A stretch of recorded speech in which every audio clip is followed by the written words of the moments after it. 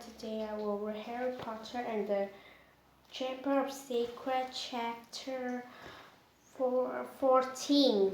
He was standing at the end of a very long, dimly lit chamber.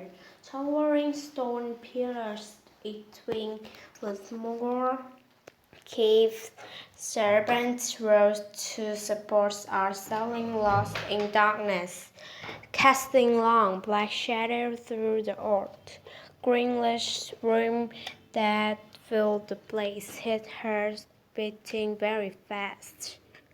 Harry stood, listened to chill silence. Could the pathless be lurking in a shadow corner behind a pillar? And where was Ginny? He pulled out his wand and moved forward between the serpentine columns. Every careful footstep echoed loudly of shadowy walls. He kept his eye narrow, ready to climb, then shut at the smallest sign of movement.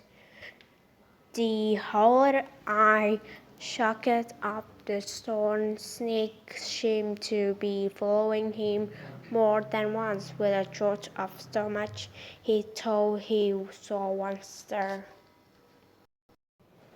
Chamber itself came into view, standing against the back wall. Harry had to crane his neck to look up into the yarn face above. It was ancient and monkish, with a long, thin beard that fell almost to the bottom of the wizard was sweeping stone roofs, where two enormous grey feet stood on. The smooth the wizard sweeping stone roofs were the smooth chamber floor, and between the feet faced downly a small backdrop figure with a flaming red hair. Ginny, Harry muttered, springing to her and dropping to his knee. Ginny, don't be dead. Please don't be dead. He threw his wand aside, grabbed Ginny's shoulder, and turned her over.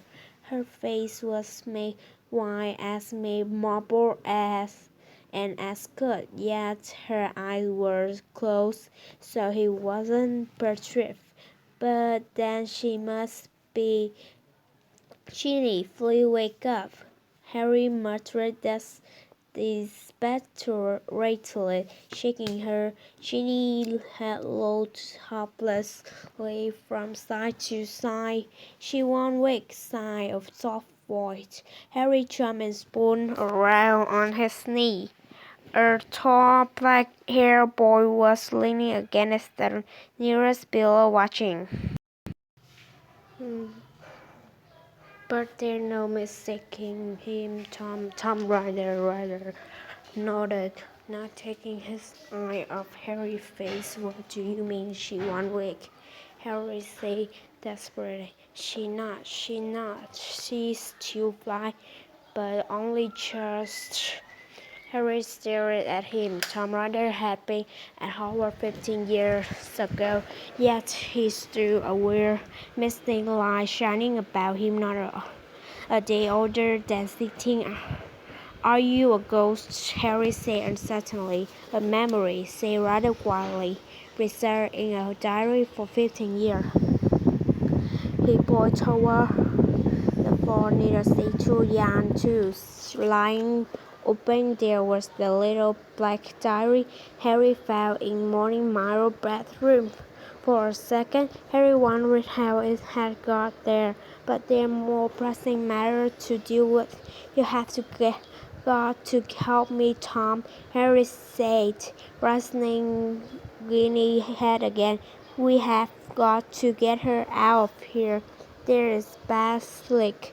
I don't know where it is, but it could be along any moment. Please help me. Ryder didn't move. Harry swiftly managed to hoist Ginny half off the floor and bent to pick up his wing again. But his wand had gone. Did you see? He looked up. Riddle was still watching him, twirling Harry wand between his long fingers. "Thanks," said Harry, stretching out his hand for it. A smile curled the corners of Riddle's mouth. He continued to stare at Harry, twirl the wand idly. "Listen," said Harry urgently, his knees shaking with Ginny. "Dad, wait. We have got to go if the basket come." "It won't come until it is called," said Ryder calmly.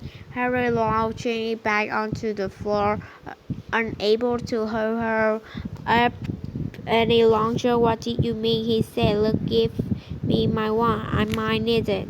Riddle smiled poorly. "You won't be needed," he said. "What do you mean I won't be? I have waited long time for this, Harry Potter," said Riddle, "for the chance to see you, to speak to you."